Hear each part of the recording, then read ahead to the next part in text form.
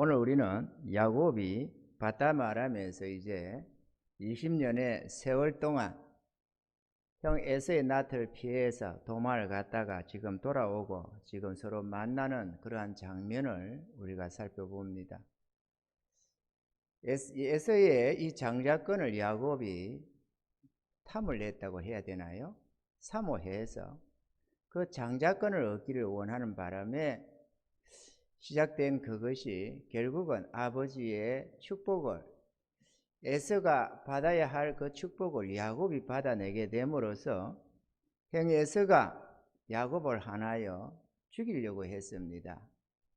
아버지 생전에야 차마 어쩌지 못하지만 아버지 곡할 날이 가까이 올 테니까 내가 저를 죽이리라 그랬습니다.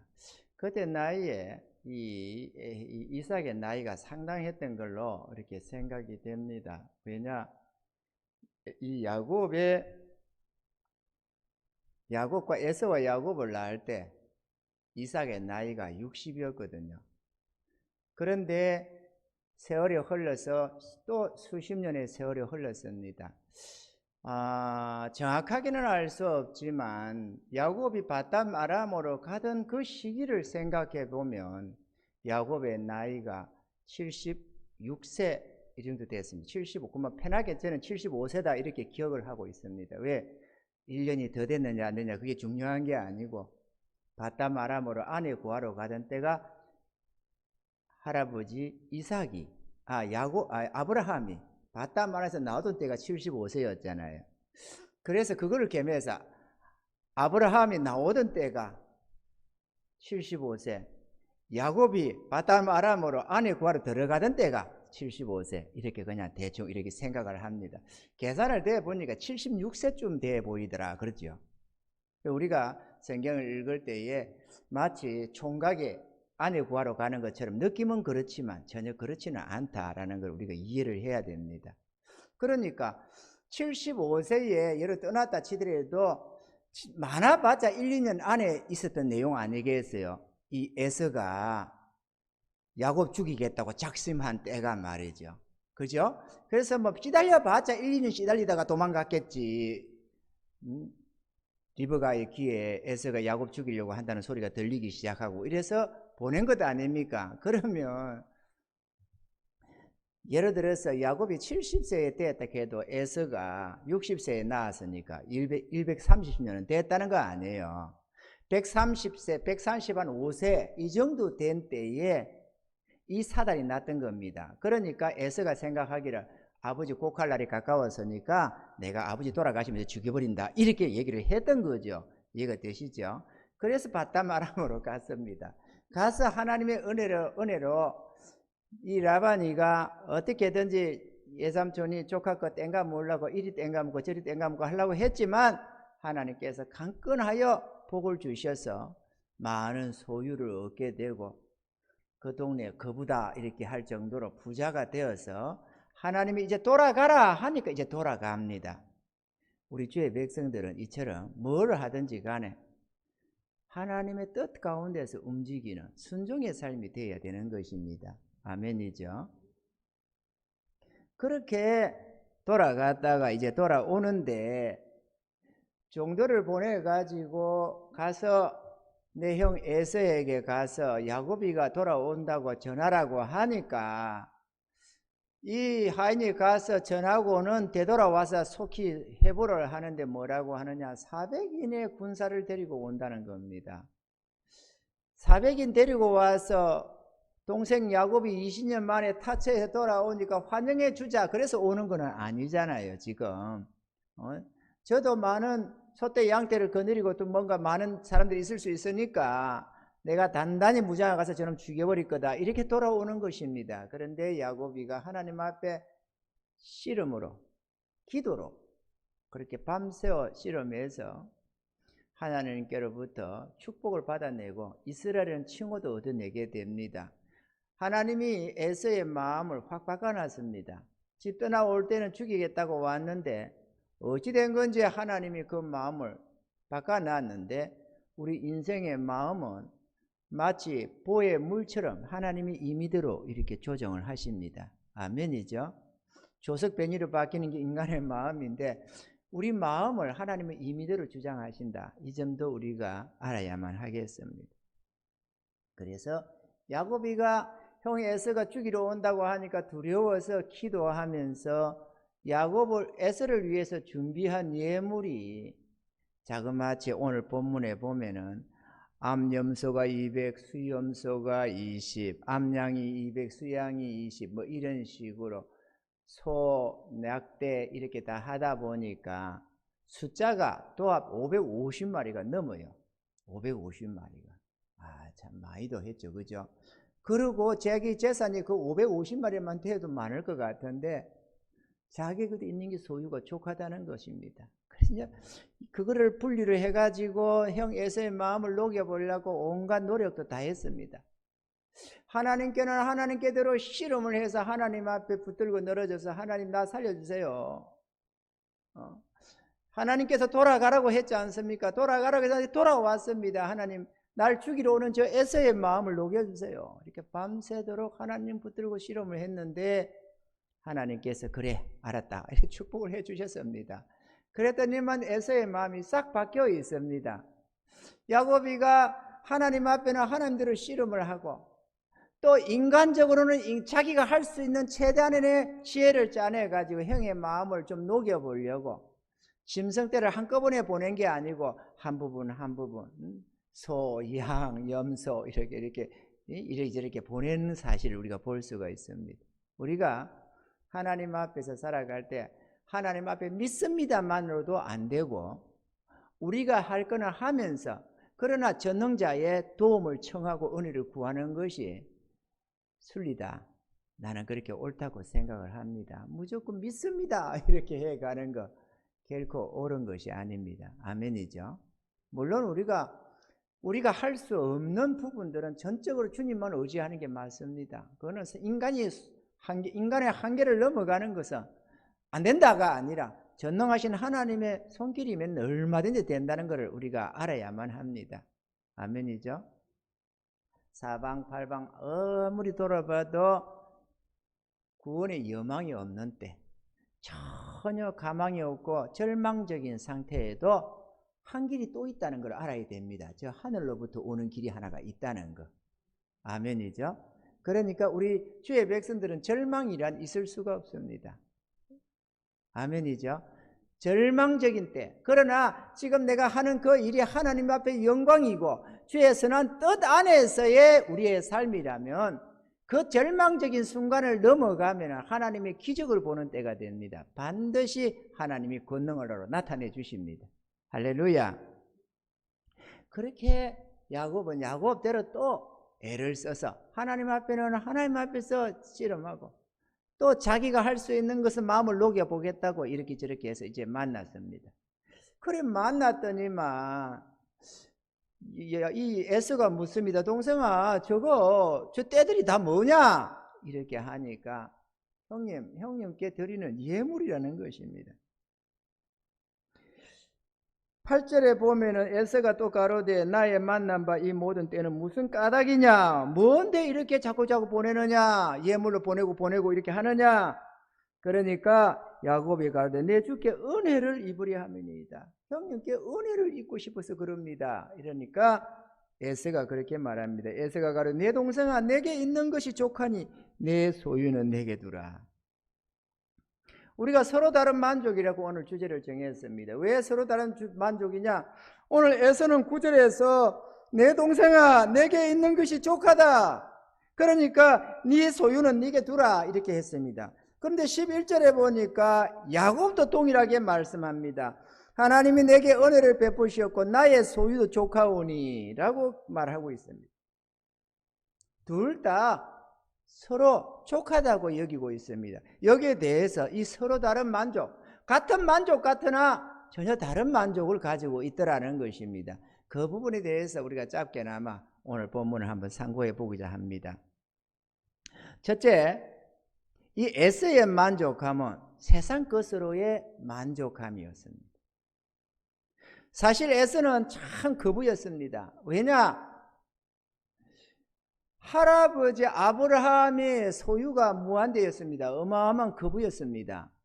그 거부의 자산이 대부분 이삭에게로 넘어왔습니다. 아버지 이삭에게로. 그 아버지가 소유를 이어받은 다음에도 하나님이 100배나 결실을 주시고 이런저런 부를 주셔서 마침내 거부가 되었다라고 또 말을 하고 있습니다. 그 이삭의 소유가 그대로 에서에게로 넘어갔습니다. 왜? 야곱은 다 탈탈 털고 하늘에 장자권 하나 얻는 것을 소원하고 땅의 것을 내던져버리고 부모의 유산 그런 거 신경 쓰지 않고 바다 마람으로 지금 돌아갔었습니다. 그러니까 아버지 이삭의 모든 소유가 지금 에서에게 다 가 있습니다. 물론 에서도 그걸 받아서 또 많이 키웠겠죠. 많이 그것도 20년 세월에 많이 노력을 했을 것입니다. 부모 유산을 받아가지고. 그러니까 말할 것도 없이 이 에서의 소유가 무척이나 컸다. 뭐 수백 마리의 짐승떼에 혹할 존재가 아니었다라는 것입니다. 그런데 문제는 자신의 이 만족함, 이 소유의 넉넉함에 만족하면서도 하나님께로부터는 유산은 소원하는 게 없었더라는 것입니다. 아버지 이삭이 축복할 때 야곱이 받아갔다고 하니까 그거에 대해서 아버지 내게는 축복할 게 남아있지 않습니까? 나도 축복해 주세요 이렇게는 했지만 그러나 저의 삶 속에서 하나님을 찾거나 구하거나 하나님께로부터 오는 영원한 저 상속, 하늘나라 상속을 소원하는 대목이 없습니다. 그리고 이렇게 기록을 합니다. 창세기 25장 34절에 보면은 야곱이 떡과 팥죽을 에서에게 주며 에서가 먹으며 마시고 일어나서 갔으니 에서가 장자의 명분을 경홀히 여김이었더라. 장자의 명분이 뭡니까? 오늘날로 치면 구원의 은혜를 말하는 것입니다. 속죄 안 받고 구원받는 이것을 장자권, 하늘의 장자권이라고 합니다. 아멘이죠? 이 장자의 명분을 경홀히 여기더라는 것입니다. 여기서 장자의 명분이 부모로부터 유산을 상속받는 장자의 건이 아니라 하늘의 장자권을 지금 말하고 있기 때문에 그렇습니다. 그 실질적으로 부모의 장자권은 그대로 에서가 전부 다 물려받아 버렸습니다. 그래서 에서가 하는 말이 동생아 내 재산이 충분하다. 내 소유가 충분하다. 내게 있는 건 네게 두라. 그럴 때 여기 또 네 거 있다. 이렇게 말하고 있는 게 아니잖아요. 다 이들이 물려받았다. 그런데 문제는 이 에서가 이렇게 한 이유가 어디에 있다고 말하고 있느냐. 왜 장자의 명분을 경홀히 여겼더라 하고 있느냐. 히브리서 12장 16절에 보면은 음행하는 자와 혹 한 그릇 식물을 위하여 장자의 명분을 판 에서와 같이 망령된 자가 있을까 두려워하라. 이 에서는 하나님이 망령된 자다 그랬습니다. 왜? 팥죽 한 그릇에 팔아먹었다는 겁니다. 장자의 명분은. 그 우리가 생각할 때 팥죽 한 그릇 몇 푼 안 되는 거 이렇게 생각합니다만 그 말이 아니고 여기서 말하는 팥죽 한 그릇은 먹고 마심을 위해서 육의 삶을 위해서 장자의 명분을 경홀히 여겨 팔아먹었다라는 것입니다. 오늘날에 믿음 생활을 한다고 하면서도 먹고 마심을 위해서 이 장자권을 경홀히 여기는 사람들이 무수합니다. 정말로 무수합니다. 자신은 장자권을 판다고 생각 안 합니다. 나는 생활 때문에 어쩔 수 없이 이렇게 산다고 생각을 하지. 먹고 살기 위해서 직장 때문에 뭐 때문에 사업 때문에 뭐 이렇게 어쩔 수 없이 믿음 생활보다는 물질을 위하는 세상 것을 추구하는 여기에서 어쩔 수 없이 나는 이렇게 산다고 생각하지 장자권을 경홀히 여겼다고 생각을 안 합니다. 그런데 문제는 그게 하늘의 장자권을 경홀히 여기고 팔아먹는 결과가 된다. 왜? 삶의 우선순위가 하나님이 아니고 세상 것이더라는 것입니다. 먹고 마심을 위한 것이 하늘의 장자권보다 우선하더라라는 것입니다. 우리가 주를 믿노라 하면서도 혹은 세상 사람들이 우선순위하는 게 먹고 마심 아닙니까? 육신을 가지고 포도청, 목구멍이 포도청이라고 먹고 마심을 위해서 목적이 크게 두고 있다. 그 소유에 만족함에 있다라는 것입니다. 사업이 잘 되고 장사가 잘 되고 뭔가 하는 것이 잘 돼서 뭔가 재물이 늘어가고 사업이 커져가고 재산이 불려지고 이런저런 건물들이 얻어지고 이렇게 저렇게 해서 삶에 이렇게 나아져가는 이 소유의 풍성함을 두고 성공적인 삶이라고 생각을 합니다. 성공적인 삶이라고. 주의 백성들마저도 그렇게 생각을 해요.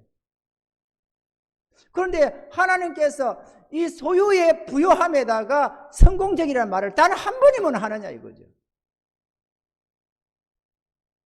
우리는 세상적인 개념, 육신적인 개념, 이 정욕적인 개념으로 사는 존재가 아니라 우리의 영혼에까지도 새롭게 함을 받은, 변화받는 하늘의 지식을 가지고 살아가야 하는 자들입니다. 아멘이죠? 우리는 세상 철학을 가지고 가는 것도 아니고 세상적인 상식으로 사는 존재도 아닙니다. 우리 하나님이 말씀하시는 하늘의 이 진리를 가지고 살아야 하는 존재들입니다. 우리는 땅의 것으로 성공이라는 말을 하지 말아야 합니다. 아멘이죠? 우리가 땅의 것을 귀하게 여기면 어느샌가 우리의 모든 목적이 땅의 거기에다가 목적을 두게 됩니다. 그래서 하나님은 이런 자들을 망령되다. 어디 에서만 망령되다고 하겠습니까? 오늘날 우리도 마찬가지겠죠. 우리가 땅의 것을 귀하게 여기고 하늘의 하나님을 향한 것에 경홀히 여긴다면 별것도 아니게 대수롭지 않게 그렇게 생각. 입으로는 구원하면서도 우리가 대수롭지 않게 취급하고 그렇게 간다면은 하나님은 그런 들을 두고 망령되다 이렇게 얼마든지 할 수가 있다는 것입니다. 먹고 살기 위해 하늘의 장자권을 팔아먹었습니다. 성경에 보면은 에서의 삶 속에서 하나님을 찾거나 하나님 앞에 제단을 쌓았다는 대목이 단 한 군데도 없습니다.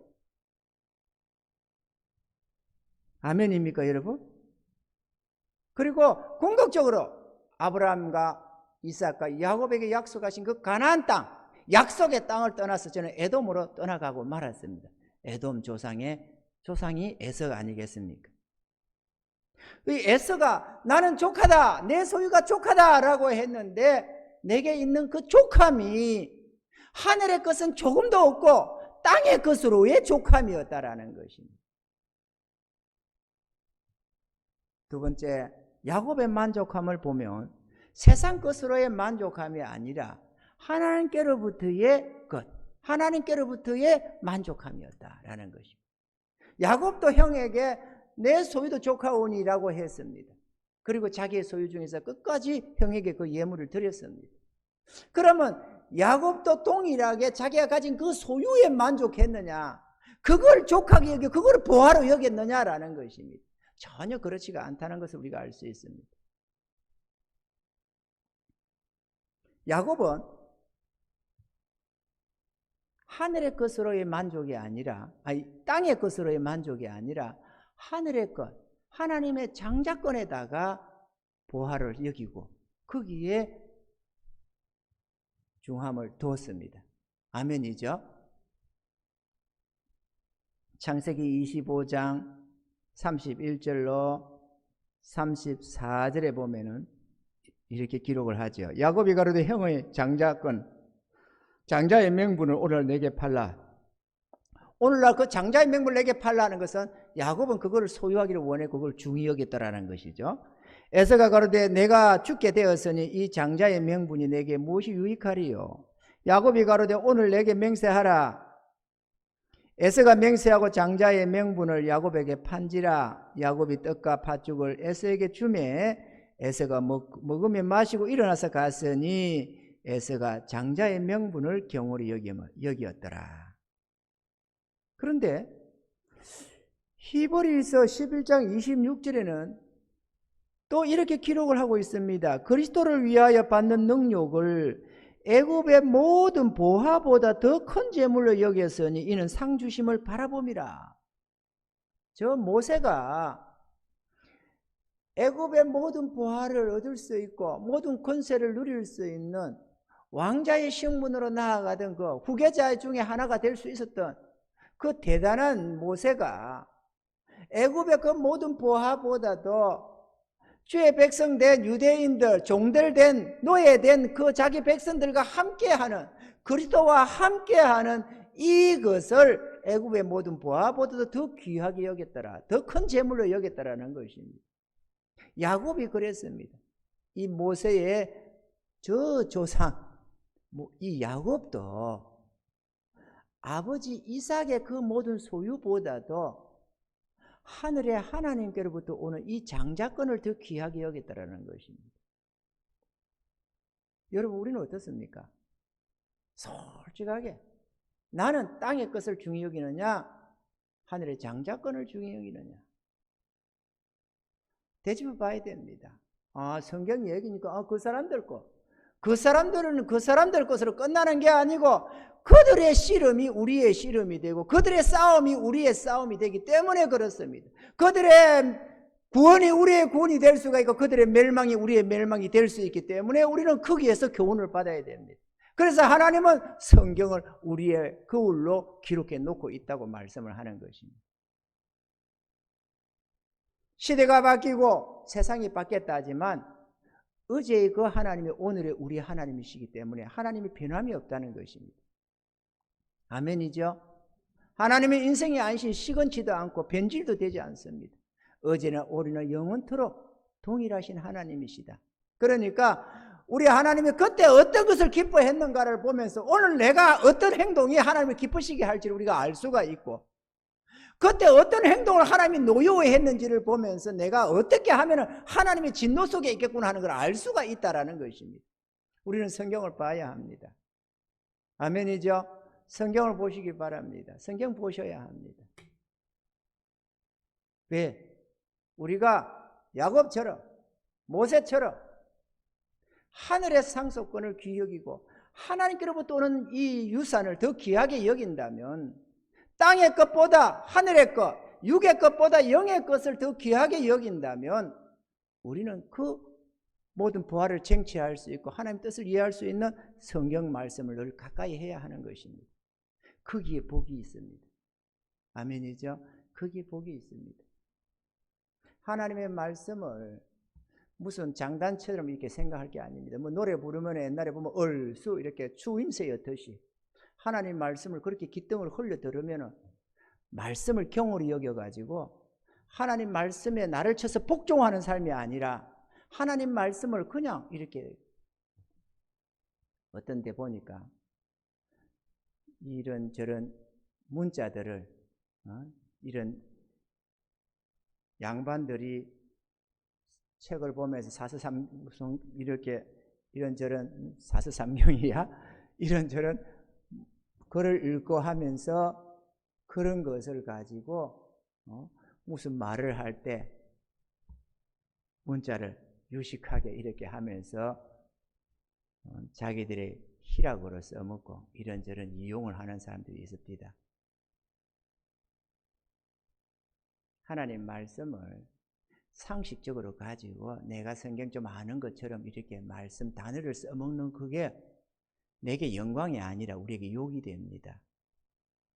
하나님 말씀을 알았으면 그게 복종하라고 주시는 말씀이지 그거를 인용해 가면서 내 유식을 자랑 삼고 내 성경 지식을 자랑 삼으라고 준 게 아닙니다.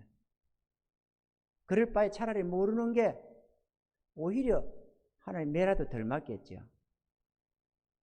우리는 성경을 보되 내가 얼마나 성경을 좀 많이 봤느냐, 성경을 좀 안다고 하기 위해서 보는 게 아니고 하나님의 뜻에 복종하기 위해서 보는 것이고 순종함에 따르기 위해서 보는 것이고 주의 선하신 뜻에 충성하기 위해서 보는 것이 되어야 되는 것입니다.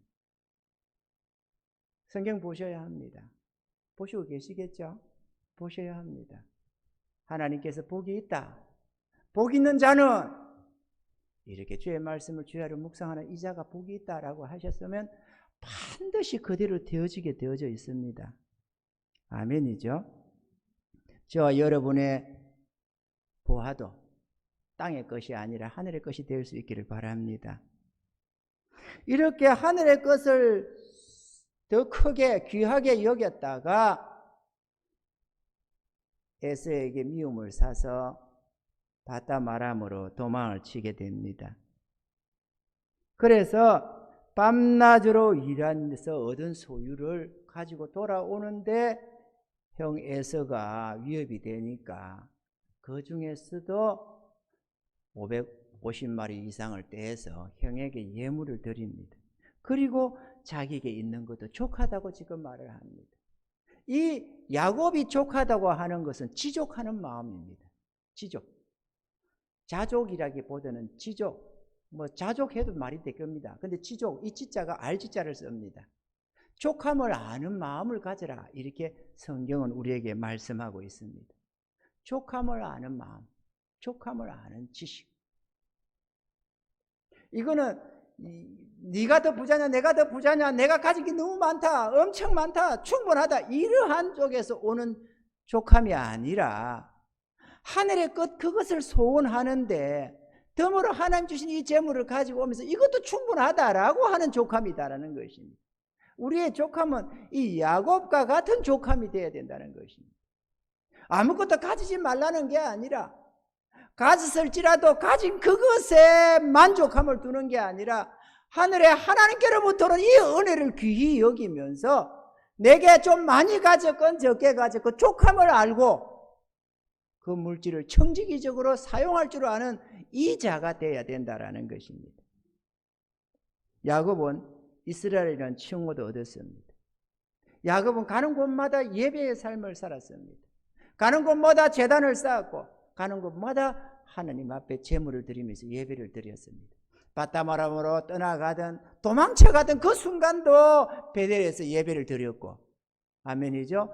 돌아올 때도 그는 돌아와서 세겜에서 하나님께 제단을 쌓아서 예배를 드린다든지, 그는 어디로 가든지 간에 항상 다니면서 제단을 쌓고 예배 드리는 삶을 볼 수가 있습니다. 그는 하나님이 그의 보배를 여기기 때문에 그렇습니다.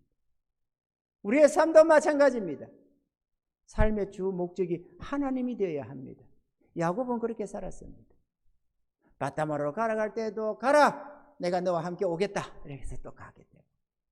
바다마람에서 그렇게 돈 모으며 떵떵거리고 14년의 노비 생활 속에서 종살이 하다시피 하면서 아내 얻는 것으로 하고 빈털털이었는데 하나님께서 야곱아 이렇게 해서 복을 준다고 하니까 그 은혜 속에 단 7년 만에 14년 6년이네요. 단 6년 만에 거부가 되었습니다. 그러면 좀 더 벌어보자 이럴 것 같은데 전혀 그렇지 않고 하나님이 가라 하니까 그냥 그대로 군소리 안 하고 그냥 떠나가는 모습을 볼 수가 있습니다. 자기에게 있는 그거 작든 많든 초막이나 궁궐이나 주님 모시고 살아가면서 내게 주신 그것을 하나님의 은혜로 여기고 늘 하나님의 뜻 안에서 사용할 줄 아는 그런 은혜가 있어야 되는 것입니다. 우리 노회에 요즘에 목사님들이 어쩌니 부패니 어쩌니 이런 소리를 다 하고 교회들이 어쩌니 이런 소리를 하잖아요. 우리 노회에 교회가 하나 있습니다. 우리도 작지만 그거는 더 그렇습니다. 목사님이 몸이 너무 안 좋으셔요. 다쳐가지고 화상을 입어가지고 그래가지고 늘 몸이 불편하시고 사모님도 몸이 허리가 안 좋으시고 해서 별로 모임에도 잘 크게 좀 멀리만 가면 참석을 못 하시고 그러십니다. 문제는 우리 교회는 우리 본교회지만 그 교회는 세등 교회입니다. 그런데 하나님이 명하셨다고 뜻을 주셨다고 우리 교회에다가 선교비를 보내는 거예요. 그거는 2층에 지역적으로도 주차 하나 될 공간이 없는 골목길 안에 2층에 있습니다. 조그만하게. 목사님도 몸이 안 좋으셔서 항상 힘들어하시고 사모님도 힘들어하시고 성도는 얼마나 있는지 모르지만 몇 안 된다고 생각을 합니다. 그런데 거기에서 선교비를 보내오는 거예요.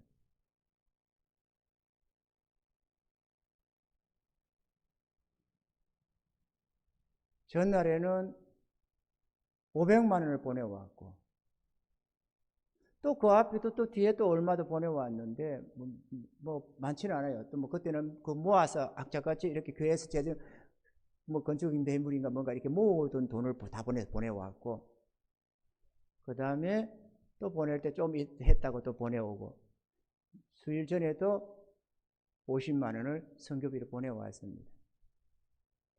우리가 좀 항상 거야. 목사님, 사모님, 아니 우리가 그래도 재정적으로는 뭐로나 더 크고 한데 우리가 해야 되는데 어떻게 벌써 그렇게 합니까? 더더구나 이번에 손녀딸이 아파가지고 암 걸려가지고 암이 되고 종양이 되고 해가지고 막 그거 받는다고 얼마나 애가 고생했는지 모릅니다. 그러면은 할아버지 할머니 대신 입장에서 얼마나 애가 탔겠어. 손녀딸이 초등학생인데 암이 걸렸어요. 그게 말이 됩니까? 그래가지고 그 씨름하고 하면서 돈 쓸 때도 많을 텐데 그 없는 중에서도 그 선교비를 보내오는 거예요. 아니 어떻게 이럴 수가 있습니까? 그것도 쓸 때가 한두 군데가 아닐 텐데. 그런데 이렇게 말씀하는 겁니다. 내가 더 가만히 듣다 보니까 사모끼리 통화를 하는데, 사모님, 우리야 뭐 하는 거 있습니까? 주님이 뜻을 주시니까 순종할 뿐이죠. 주님이 뜻을 주셔서 순종해서 한다는 거예요. 자기들은 우리는 주의 종이니까 주님이 뜻 주시면 간다 이거예요. 이게 청직입니다, 여러분. 이게 청직입니다. 저희들도 초창기에 우리 교회 초창기에 아시는 분 알고 우리 같이 있던 분들도 있지만, 초창기에 어느 교회가 건축을 했습니다. 우리는 월세 한 달에 얼마씩 내는 월세 교회에 있었어요. 처절한 속에서 있었습니다. 월세 속에서 그 월세 석 달을 밀리고 있는 중에도 그 돈 월세 안 내고 그거를 건축 예물 감사해서 선거 예물로 입당 예배 때 우리 그때 집사님들이 몇 분 보내서 입당 예배 축가금으로 보냈습니다. 교회는 내 교회가 아니고 우리 교회가 아닙니다. 단지 우리에게 맡겨주셔서 우리가 충성하며 섬길 뿐이지 주님의 교회입니다. 그분들이 네 교회 내 교회를 찾는 게 아니라 내 하나님 내 주의 뜻을 따라서 살아간다고 하는 것들이 그 모습이다 그거죠. 얼마나 아름답습니까 여러분? 얼마나 아름다워요. 요즘처럼 이기적이 돼가지고 네 교회 찾고 어려운 교회들 보면서 눈 감는 교회가 얼마나 많은지 모릅니다. 수십억 수백억서 쌓아놓고도 어려운 교회 돌아보지 않고 어려운 성도 돌아보지 않는 교회들이 얼마나 많은지 모릅니다. 돈을 사랑해서 돈을 쌓아놓고 돈만 쳐다보고 있는 거예요. 주님이 쌓아놓고 이스라엘에 해서 악착같이 전략하면서 예물을 준비하면서 하나님의 때를 바라보고 준비하는 것도 아닙니다. 그냥 재정이 많으니까 쌓아놓고 들어는 그 재정을 마음껏 쿵쿵쿵 이렇게 사립이 받아가면서 넉넉하게 사용하는 교회들이 얼마나 많은지 모릅니다. 우리는 청직입니다. 많건 적건 우리는 주의 뜻을 따라서 가야 합니다. 아멘이죠? 목회자도 그렇고 성도도 그렇고 우리가 주님 것으로 부름을 받았고 내가 세상을 살던 나의 삶을 살던 삶에서 세례를 받고 죄에 대하여 죽고 하나님을 향하여 살아가기로 세례받고 새로운 인생을 사는 자들 아닙니까? 옛사람의 육신의 삶이 아니고 이제 하늘에 속한 하늘의 장자권을 가진 하나님의 자녀들 아니 됐습니까? 그러면 내 재산이 많건 작건 그게 무슨 상관이 있습니까? 교회 재정이 많건 적건 그게 무슨 상관이 있습니까? 주의 뜻을 이루는 것이 중요할 뿐이죠. 그 청지기로 살라는 것입니다. 청지기.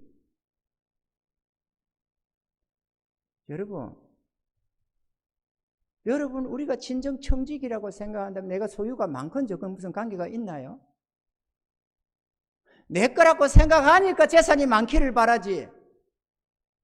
그리고 속히 부하기를 바라지. 진짜 주의 것으로 주님이 나한테 잠시 맡겨놓고 주의 뜻을 이루라고 주님의 뜻을 이루어서 순종해 살아가라고 나에게 맡긴 물질이라고 생각한다면 그게 많이 맡기냐 작게 맡기냐에 우리의 관심을 잊지 않을 것 아니겠어요? 아멘이죠? 청지기라는 말을 너희는 청지기처럼 살아가라고 하나님이 결산할 날이 온다고 말씀을 해도 그것을 추상적인 개념으로만 받아들이니까 문제가 되는 것입니다. 실제로 그렇게 살아야 하는데 그렇게 살라고 명하시는 하나님의 명령 앞에서 명령으로 받지 않고 무슨 하나의 권고사항으로 생각을 하는 경우가 많더라는 것이죠. 우리는 잠시 주의 뜻을 받들다가 주님 부르시면 가야 합니다.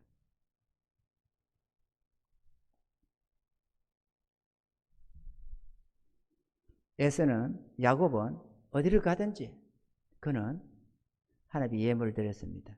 야곱이가 저 애굽으로 내려갈 때에도 야곱아 애굽으로 내려가기를 두려워하지 말아라. 이렇게 하시면 때가 되면 내가 너를 들고 올라오겠다. 그리고 여기다가 묻히게 하겠다. 이렇게 명하시는 하나님의 말씀이 있었음을 봅니다.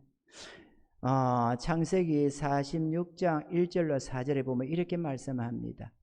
이스라엘의 모든 소유를 이끌고 발행하여 브엘세바에 이르러 그 아비 이삭의 하나님께 희생을 드린, 여기서 희생을 드렸다. 이 제단을 쌓았다. 우리식으로 하자면 예배를 드렸다. 이런 얘기가 되겠죠.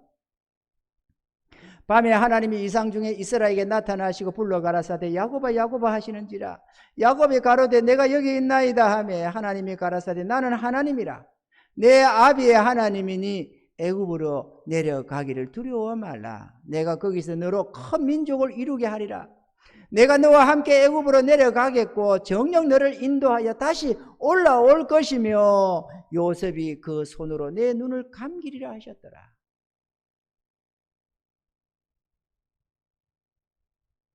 소설 같은 얘기입니까?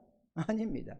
지금 우리들의 삶에도 동일하게 하나님이 뜻을 나타내시고 명하시고 말씀하시고 우리 삶을 그렇게 이끌어갑니다. 우리는 그 이끌림을 받아 살아가야 합니다. 항상 계시해 주시는 것은 아니겠고 또 목회자에게 주시는 계시와 성도들에게 주시는 것이 다를 수밖에 없을 것입니다. 여러분들이 일일이 다 하나님이 뜻을 주시고 계시를 내리시고 다 그런다면은 여러분이 선지자로 부름받은 거겠지요. 목회자가 아니고 이런 평신도가 아니고. 성경에도 이스라엘의 출애굽에서 나오던 사람들이 장정만 60만 명이 넘었습니다.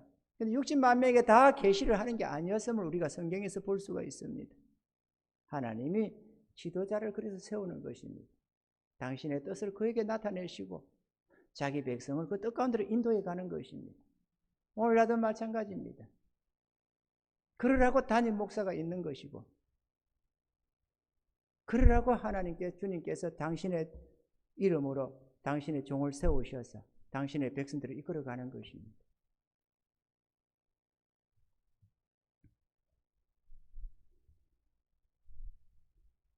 결국 하나님은 세상 것으로 만족을 추구했던 이 에돔 땅에는 재앙을 말씀하셨지만 이스라엘 땅에는 축복을 말씀하셨습니다. 할렐루야. 본론으로 돌아가서 우리의 만족함은 어디에 두고 살아야 하는가입니다. 에서의 이 망령된 사람처럼 모습처럼 이 땅의 소유욕으로 만족하며 살아야 되느냐? 우리는 그래서는 안 되리라 믿습니다. 땅의 것을 찾고 구하는 자들은 에서와 같이 천국의 것을 하늘의 것을 경하게 여기는 특성이 있습니다. 구원 죽어봐야 알지 이렇게 말이죠. 경홀히 여기더라. 경홀히. 구원받아야 된다고 예수 믿어 구원받고 그 다음에 모든 걸 하더라도 해라. 오늘 죽을지 내일 죽을지 모르니까 내 먼저 영혼부터 구원받고 그 난 다음에 이런 일을 하든 저런 일을 하든 주님 뜻 안에서 살아가라. 이렇게 말씀드리면 대다수가 이렇게 말합니다. 아이고 다음에 생각할게요.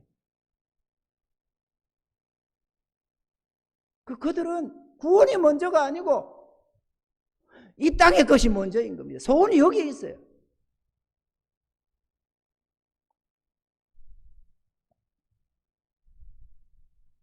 그래서 저 하늘나라 구원의 은혜를 경홀히 여기고 자신에게 주신 구원의 이 은혜를 별 것도 아닌 것처럼 가볍게 여깁니다. 본능적으로, 육신적으로, 정욕적으로 중히 여기는 땅의 것, 재물을 더 귀하게 여깁니다. 오늘 낮 시간에 우리가 봤습니다만 재물의 이 노예 생활에서 벗어나는 유일한 길은 재물을 더 많이 모아서 자유해지는 게 아니라 오히려 반대로 재물을 흘려보내면서 사용하면서 자유함을 누려야 됩니다. 아멘이죠? 노예 생활에 재물에 노예된 자는 움켜잡으면 잡을수록 노예가 됩니다. 도리어 주님 뜻 안에서 베풀며 나누며 헌신하며 순종해서 살아갈 때에 우리 하나님께로부터는 진정한 자유함을 누리기 시작합니다. 아멘이죠? 먹고 마심의 두려움에서도 벗어나게 되고 소유의 이 만족함에서도 벗어나게 됩니다.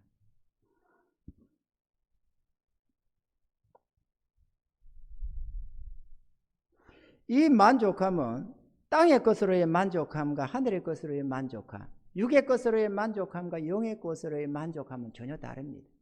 영의 것으로 만족히 여기는 자도 육신에 있는 그 소유도 만족하게 합니다. 꼭 하늘의 것만 주고 땅의 것은 전혀 필요 없고 그렇지는 않습니다. 우리가 육체를 가지고 있다 보니까. 그래도 같은 벌이라도 100만 원 버는 것보다 200만 원 버는 게 더 좋고, 그죠? 200만 원 벌어보라 400만 원 버는 게 더 좋고 좋습니다. 그리고 없는 것보다는 있는 게 좋기도 합니다. 왜? 더 많은 것을 누릴 수도 있고 더 많은 것을 베풀 수도 있고 더 많은 상급도 쌓을 수가 있고 용도가 많잖아요. 돈은 범사에 유용하다고 말이죠. 아멘이죠. 지혜도 보호하는 것이 되고 돈도 보호하는 것이다. 이렇게 우리 주님이 말씀하셨듯이 돈도 우리의 삶을 보호해 주는 게 많습니다. 누릴 수 있는 게 많습니다. 가난이 뭐 복은 아니잖아요. 그렇지만 우리는 거기까지 해야 됩니다. 거기에 더 애착을 가져서도 안 되고 내게 있는 그걸 잃을까 봐 두려워해서도 안 되고 우리는 우리 주님이 더 붙여주시고 내게 재능을 주시면 열심히 다 해서 하겠지만 그러나 그것은 주와 복음을 위하는 것이 목적이 되어야 됩니다.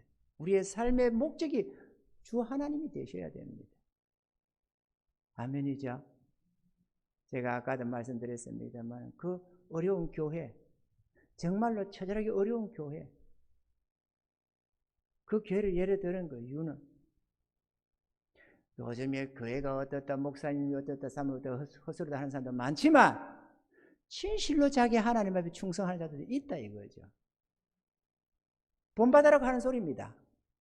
우리가 본을 삼잡고 하는 소리고 우리가 지금까지 하듯이 그것이 우리만의 일이 아니구나, 또 누군가도 저렇게 하고 있구나 이런 걸 보면서 더 열심히 내자고 하는 말이고 끝까지 달려가자고 하는 얘기입니다.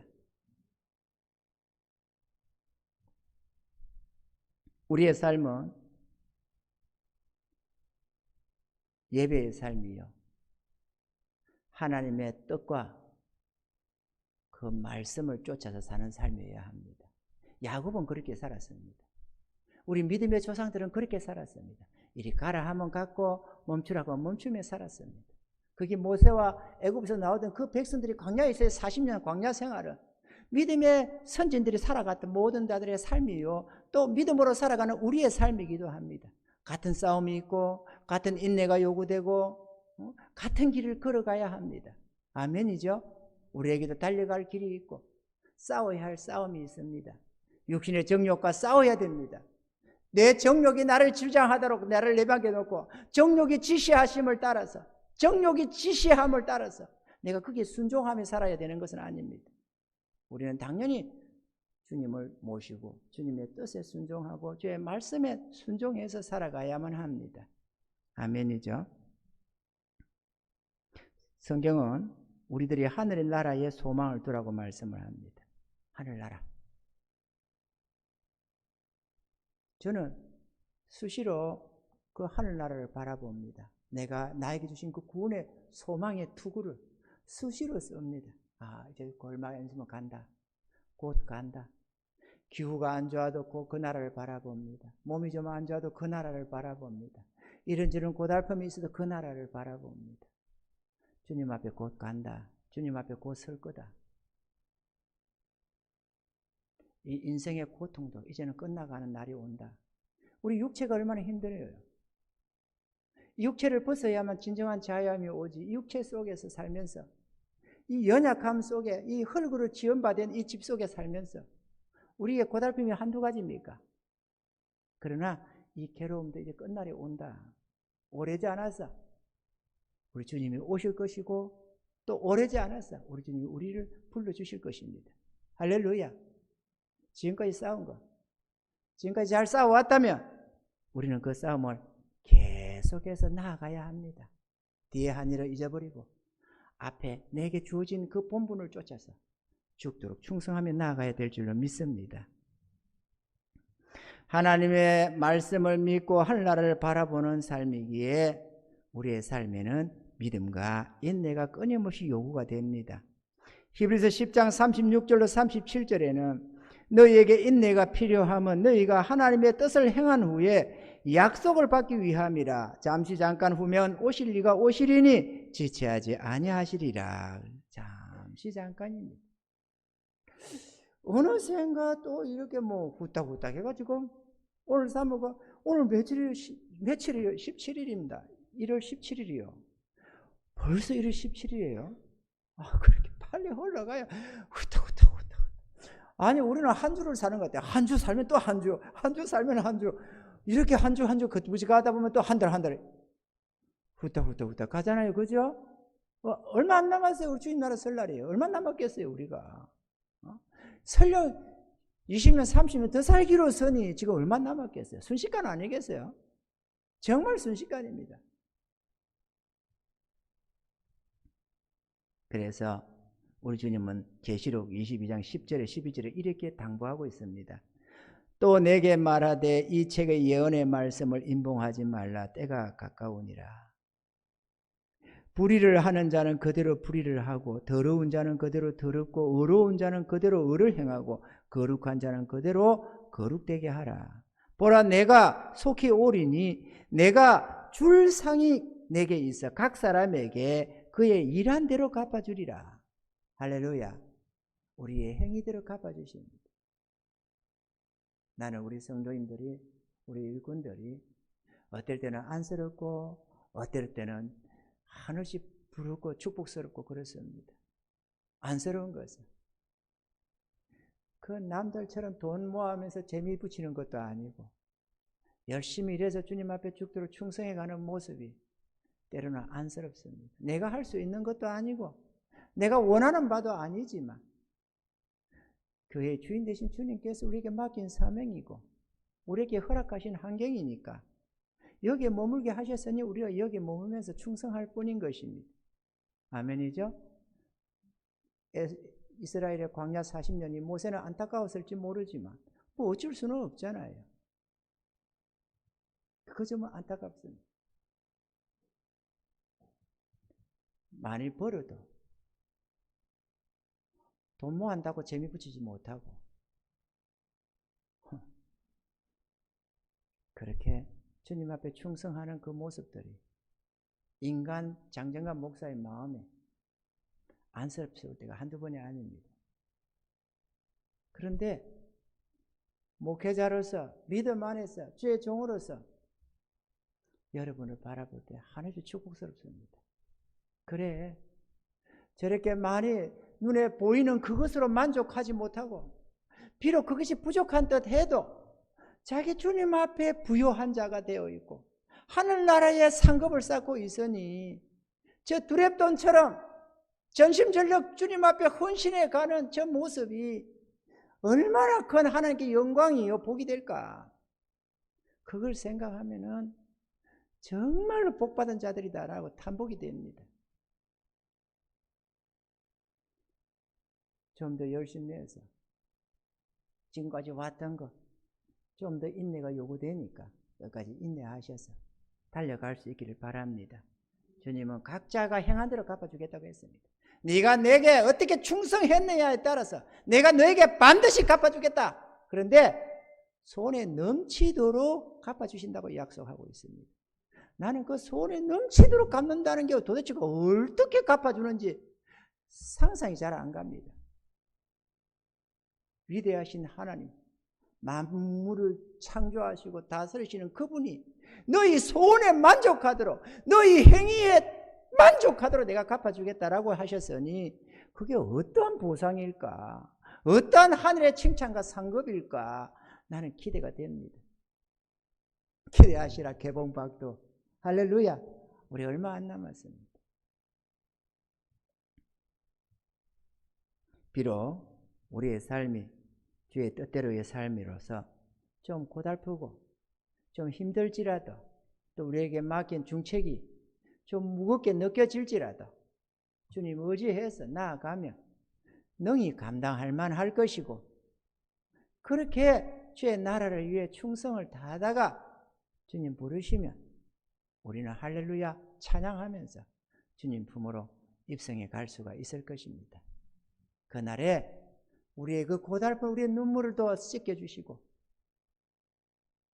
우리의 그 고통도 끝나고, 우리의 모든 싸움도 다 끝나고, 영원한 하늘나라에서 주와 함께 왕노릇하면서 영원한 행복, 영원한 안식을 추하게 될 줄로 믿습니다. 서로 다른 만족. 교회 안에는 언제나 이런 두 가지의 만족함을 추구하는 이들이 있습니다.